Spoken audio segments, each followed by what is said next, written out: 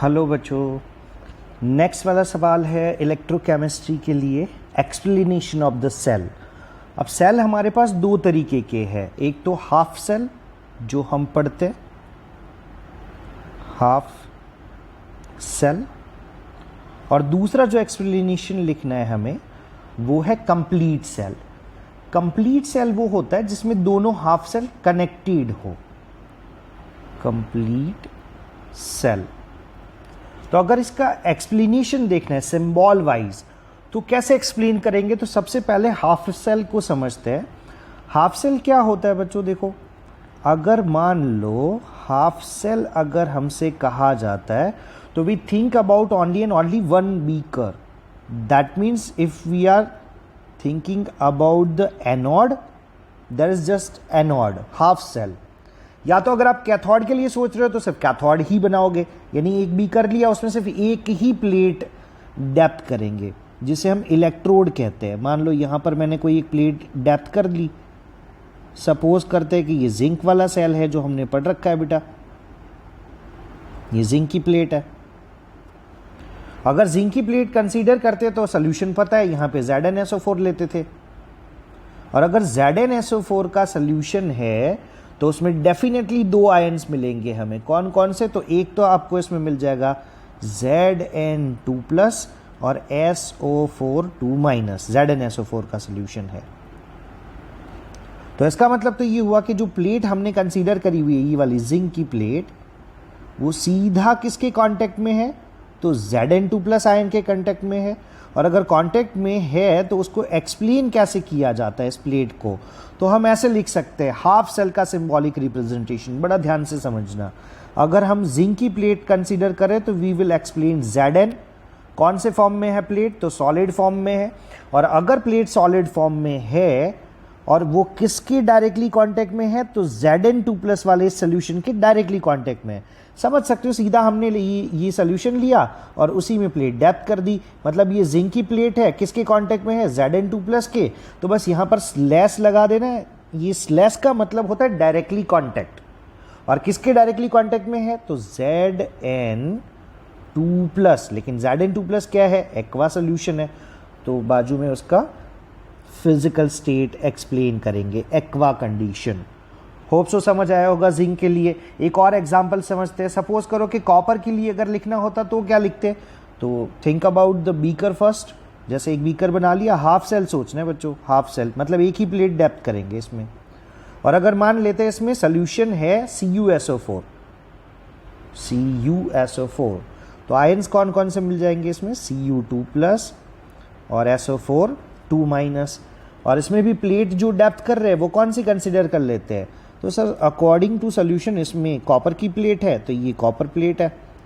तो इसका एक्सप्लेनेशन कैसे लिखेंगे, तो अब अगर मान लेते हैं अगर ये कॉपर प्लेट है तो वो किसके डायरेक्टली कांटेक्ट में है, Cu2+ आयन के डायरेक्टली कांटेक्ट में है। तो इसको ऐसे लिखा जाएगा बेटा, Cu in a solid form, क्योंकि प्लेट जो है वो सॉलिड फिजिकल स्टेट में अवेलेबल है। स्लैश का मतलब क्या बताया था, ये जो स्लैश कंसीडर करते हैं वो क्यों लिखा जाता है, यहाँ पे डायरेक्टली कांटेक्ट शो कर रहा है। वापस बताता हूँ, ये जो स्लैश यहाँ पर लिखा जाता है, it is just because of that कि ये जो कॉपर की प्लेट है वो Cu2+ आयन वाले सोल्यूशन के डायरेक्ट कांटेक्ट में है, डायरेक्ट कांटेक्ट में है। तो ये डायरेक्ट कांटेक्ट की वजह से शो किया जाता है। तो ऐसा कोई भी हाफ सेल अगर हमें रिप्रेजेंटेशन के लिए देंगे तो हम लोग इसी तरीके से एक्सप्लेन करेंगे। अब सपोज कर लो कि कॉपर का एक्सप्लेन कर लिया, जिंक का एक्सप्लेन कर लिया, हमें मान लेते हैं कि 3rd नंबर के एग्जाम्पल पे कोई सेल गिवन है हाफ सेल Fe का, तो उसको कैसे लिखेंगे, सर Fe की प्लेट होगी सॉलिड, स्लैश, चलो ये स्लैश क्यों लिख दिया, डायरेक्टली कांटेक्ट के लिए। और किसके, तो सर सिमिलर आयन सोचते हैं, उसी आयन का मतलब उसी मेटल का सोल्यूशन। तो ये Fe2+ का सोल्यूशन सोच लेते हैं यहाँ पे, लेकिन सोल्यूशन कौन से फॉर्म में होगा, फिजिकल स्टेट एक्वा। तो this type of condition will be explain as a for the half cell. तो अगर हाफ सेल के लिए लिखना है तो बस इतना एक्सेप्ट कर लो कि एक ही सेल है तो उसी के लिए लिखना है। इसमें एनोड कैथोड नहीं देखना है, इसमें बस सिंबल एक्सप्लेन करना है। ऐसा कोई रीजन नहीं है कोई ये मत सोच लेना कि अगर ये Fe है तो Fe से Fe2+ हो रहा मतलब इसका ऑक्सीडेशन हो रहा है। नहीं नहीं नहीं, अगर कैथोड है, एनोड है, कुछ भी है, अभी तो हमें पता ही नहीं, वो तो तब पता चलेगा ना जब आप कंप्लीट सेल लोगे। मतलब एक हाफ सेल को दूसरे हाफ सेल से, जैसे ये एक हाफ सेल है, ये हाफ सेल है, जिंक एनोड है, ऐसा कब पता चलेगा कि भैया ये जिंक जो है वो एनोड है और ये कॉपर जो है वो कैथोड है? पता कैसे चलेगा सर? वायर वायर कनेक्ट करना पड़ेगा। तो अगर कनेक्ट कर लिया तो ये कंप्लीट सेल हो जाएगा, हाफ सेल तो रहेगा नहीं। तो रिप्रेजेंटेशन जो है हाफ सेल की, उसके लिए तो एक ही बीकर देखा जाता है, तो अभी थोड़ी बता पाएंगे हम, तो कोई अंतर्यामी तो है नहीं, तो अभी पता लग जाएगा भैया कि ये एनोड है या कैथोड है। तो उसके लिए क्या करना होता है कि सिर्फ और सिर्फ सिंबॉलिक रिप्रेजेंटेशन लिखना है। तो बस उतना लिखो भैया कि ये जो Zn की प्लेट है वो Zn2+ आयन वाले सोल्यूशन के डायरेक्टली कांटेक्ट में है फॉर द हाफ सेल। जैसे सिल्वर का पूछा होता है, एक और एग्जांपल ले लेते हैं भैया। चलो 4th नंबर पे सिल्वर के लिए पूछ लिया, तो सिल्वर के लिए लिखेंगे Ag सॉलिड स्लैश का मतलब डायरेक्टली कांटेक्ट Ag+, और ये कौन सा कंडीशन है? Aqua form. So hope so ये कंडीशंस आप समझ पा रहे होंगे हाफ सेल के लिए।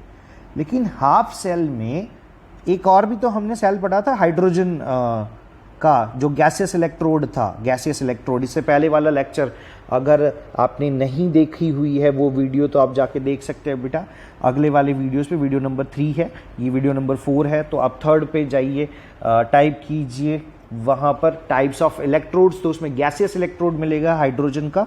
तो अगर हाइड्रोजन गैस इलेक्ट्रोड को रिप्रेजेंट करना है, हाइड्रोजन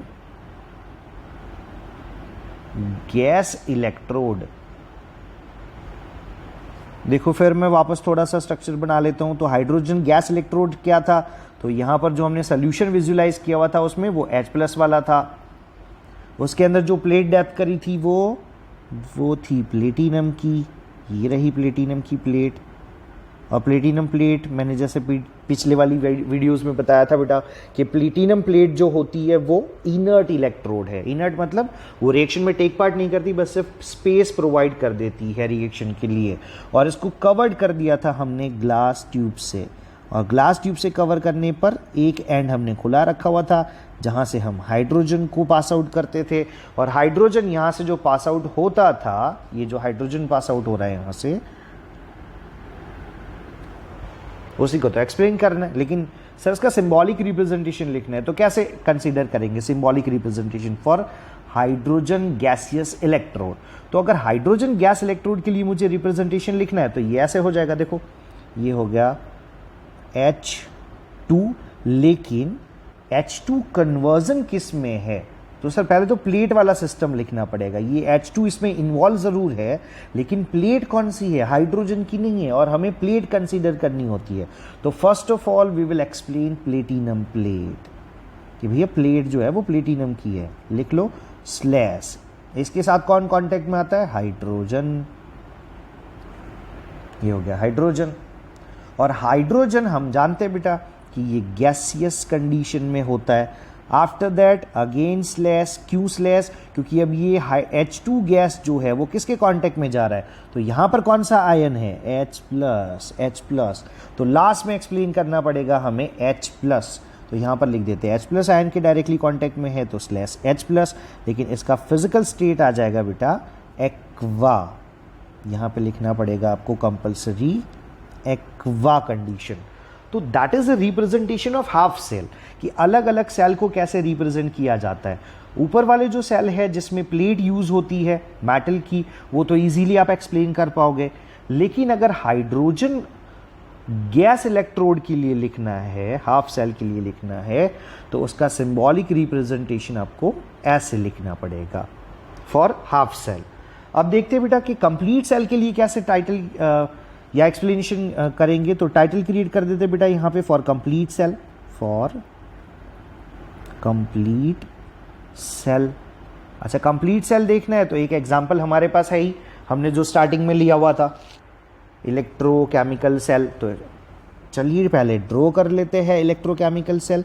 तो इलेक्ट्रोकेमिकल सेल कंप्लीट जब हमने पढ़ा था तो आपको याद होगा 2 बीकर चाहिए, क्योंकि एक बीकर में आप एक ही प्लेट को डेप्थ कर रहे थे सोल्यूशन में, तो अगर एक प्लेट, ये वाली प्लेट अगर एनोड है तो कंप्लीट सेल के लिए कैथोड भी चाहिए, दोनों अवेलेबल है।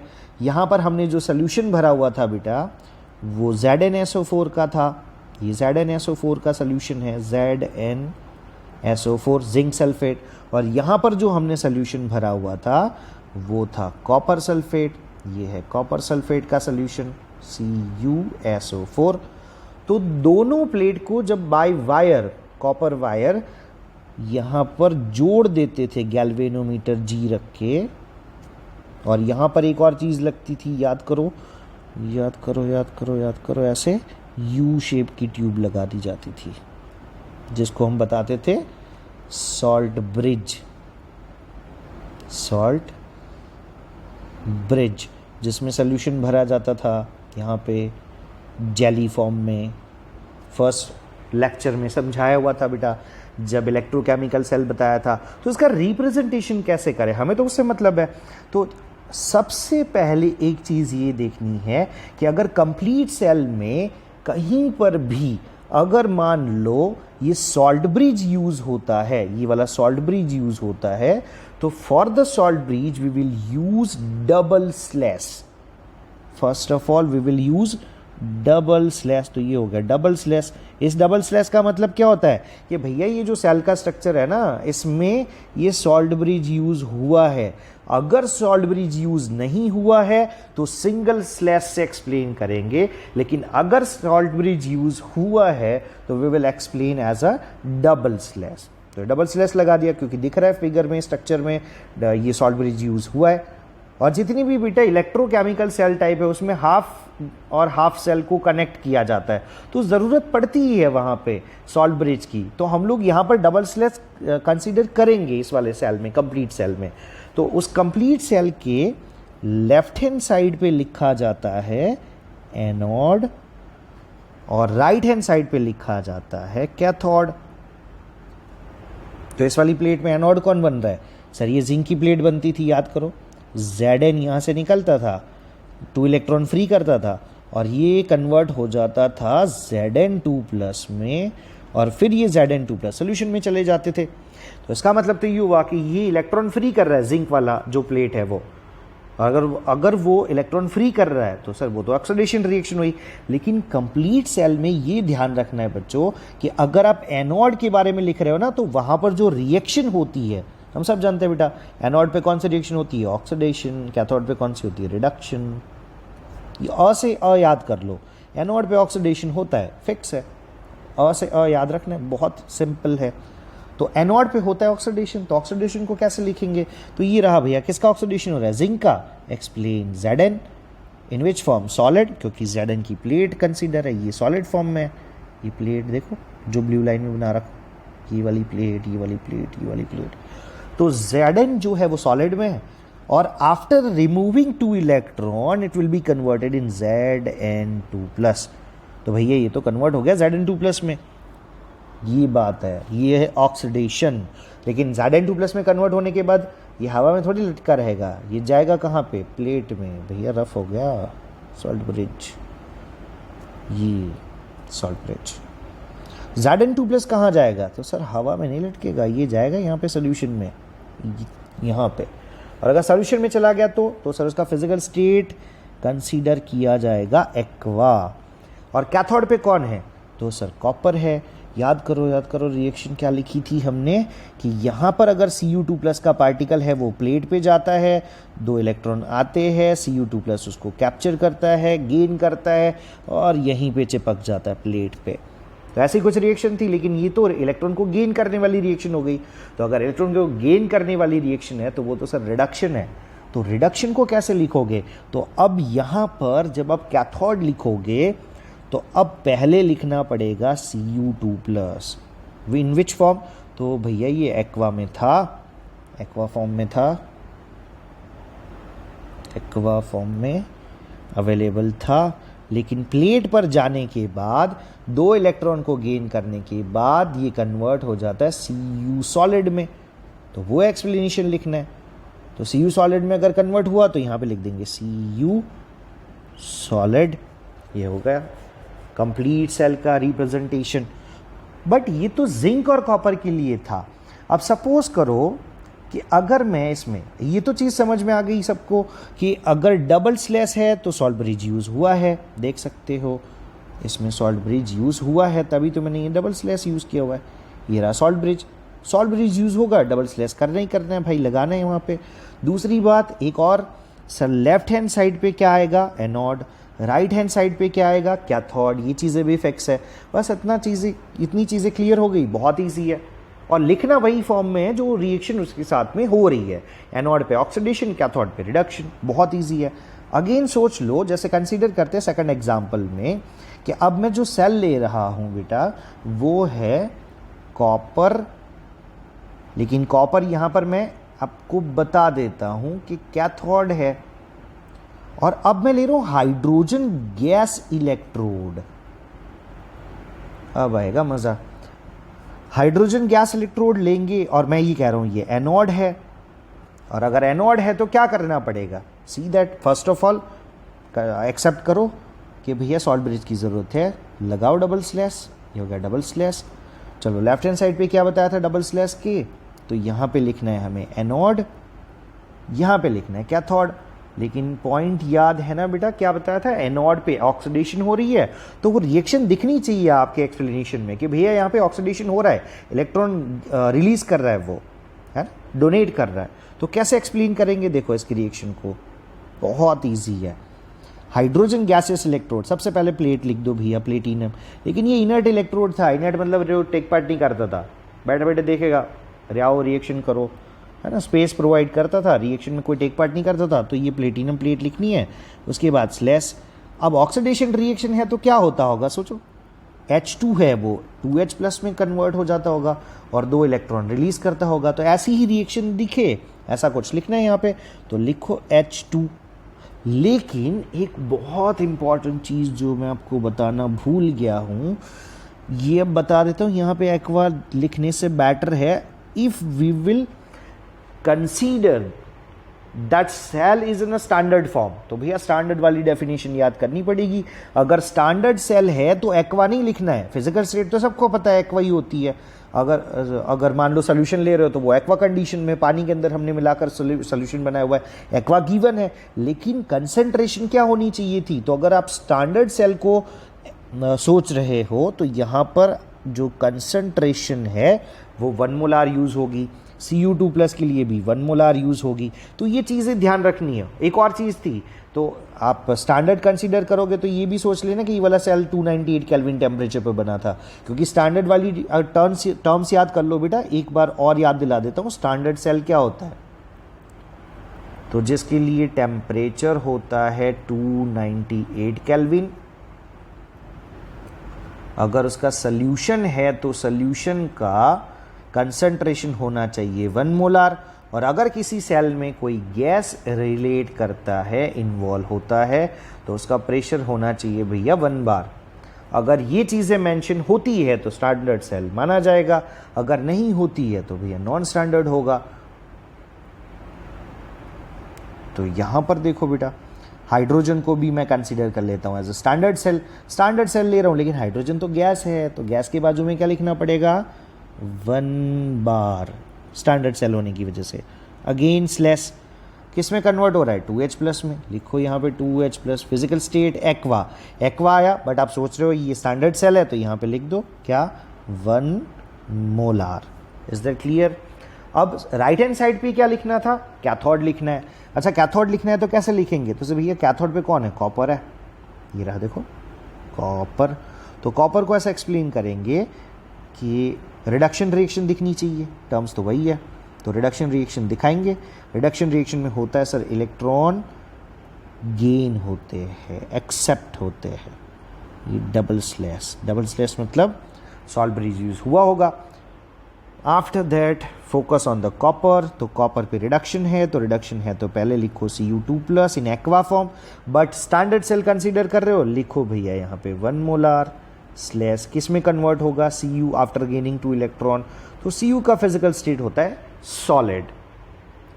तो अगर मान लो ऐसा कोई सेल है जिसमें कॉपर कैथोड है, हाइड्रोजन एनोड है, तो उस कंप्लीट सेल का रिप्रेजेंटेशन कुछ इस तरीके से लिखा जाएगा स्टैंडर्ड सेल के लिए। स्टैंडर्ड सेल के लिए समझ सकते हो बेटा, गैस के लिए हमने 1 बार लिखा हुआ है और सॉल्यूशन के लिए हमने लिखा हुआ है 1 मोलार, तो ये स्टैंडर्ड सेल के लिए एक्सप्लेनेशन है। आफ्टर दैट अगर मान लो थर्ड एग्जाम्पल ले रहा हूँ कंप्लीट सेल के लिए, थर्ड एग्जाम्पल, तो कंप्लीट सेल के लिए तीसरा एग्जाम्पल ले लेते हैं। सपोज करो कि मैं एनोड ले रहा हूँ अब मैग्नीशियम का और कैथोड ले रहा हूँ हाइड्रोजन हाफ सेल या हाइड्रोजन गैसियस इलेक्ट्रोड समझ लो, जो मैंने लिखा हुआ था हाइड्रोजन गैस इलेक्ट्रोड। चलो तो first of all salt bridge use हुआ है, बनाओ डबल स्लैश, लेफ्ट पे क्या लिखेंगे एनोड, एनोड पे कौन है मैग्नीशियम, मैग्नीशियम अगर एनोड पे है तो ऑक्सीडेशन रिएक्शन सोचो, ऑक्सीडेशन जानते हो मैग्नीशियम सेकंड वाले से ग्रुप का एलिमेंट है तो वो किस में कन्वर्ट होगा Mg2+, कितने इलेक्ट्रॉन निकालेगा अपने अंदर से 2, हो गई भैया ये ऑक्सीडेशन रिएक्शन, 2 इलेक्ट्रॉन डोनेट। तो ये वाला फॉर्म दिखना चाहिए कि मैग्नीशियम से Mg2+ बन रहा है, बड़ा इजी है।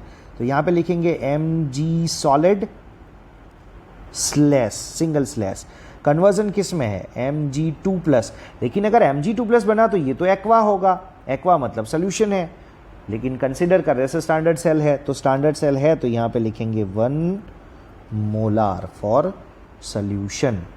तो ये हो गई ऑक्सीडेशन रिएक्शन एनोड के लिए, तो हो गया एक्सप्लेनेशन। अब बात करते हैं कैथोड की। तो जब हाइड्रोजन गैस इलेक्ट्रोड कैथोड पे देंगे ना तो वहाँ रिएक्शन क्या हो जाएगी रिडक्शन, और रिडक्शन जब होती है बच्चा तो ये 2H+ इलेक्ट्रॉन को गेन करेंगे, क्योंकि वैसे हम जानते हैं कैथोड पे इलेक्ट्रॉन गेनिंग वाली रिएक्शन होती है, तो अगर वो इलेक्ट्रॉन गेन करेंगे तो वो H2 में कन्वर्ट होंगे। इसका मतलब ये हुआ कि अगर आप हाइड्रोजन गैस इलेक्ट्रोड को कैथोड पे लिख रहे हो तो सबसे पहले 2H+ को एक्सप्लेन करना पड़ेगा, तो यहाँ पे लिख दो 2H+, लेकिन 2H+ जो होता है वो एक्वा कंडीशन है, और अगर एक्वा कंडीशन है तो यहाँ पर लिखना पड़ेगा 1 मोलार। स्टैंडर्ड सेल कंसीडर कर रहे हो आप, स्टैंडर्ड सेल है, और कन्वर्जन किस में है तो कन्वर्जन हो रहा है इसका स्लैश H2 में, ये रहा। लेकिन H2 क्या होती है हाइड्रोजन गैस, तो हाइड्रोजन गैस के लिए लिखा जाएगा 1 बार, क्योंकि स्टैंडर्ड सेल कंसीडर कर रहे हो। डेफिनेशन पता है, अगर गैस है तो 1 बार प्रेशर होना चाहिए, सोल्यूशन है तो 1 मोलार होना चाहिए, सारी चीज़ें फॉलो कर रहे हैं हम। आफ्टर दैट भैया प्लेटिनम को कैसे भूल सकते, प्लेट तो यूज़ होगी Pt, ये रहा। तो प्लेटिनम लिख देना है बेटा यहाँ पे लास्ट में, जब hydrogen gas electrode as a cathode use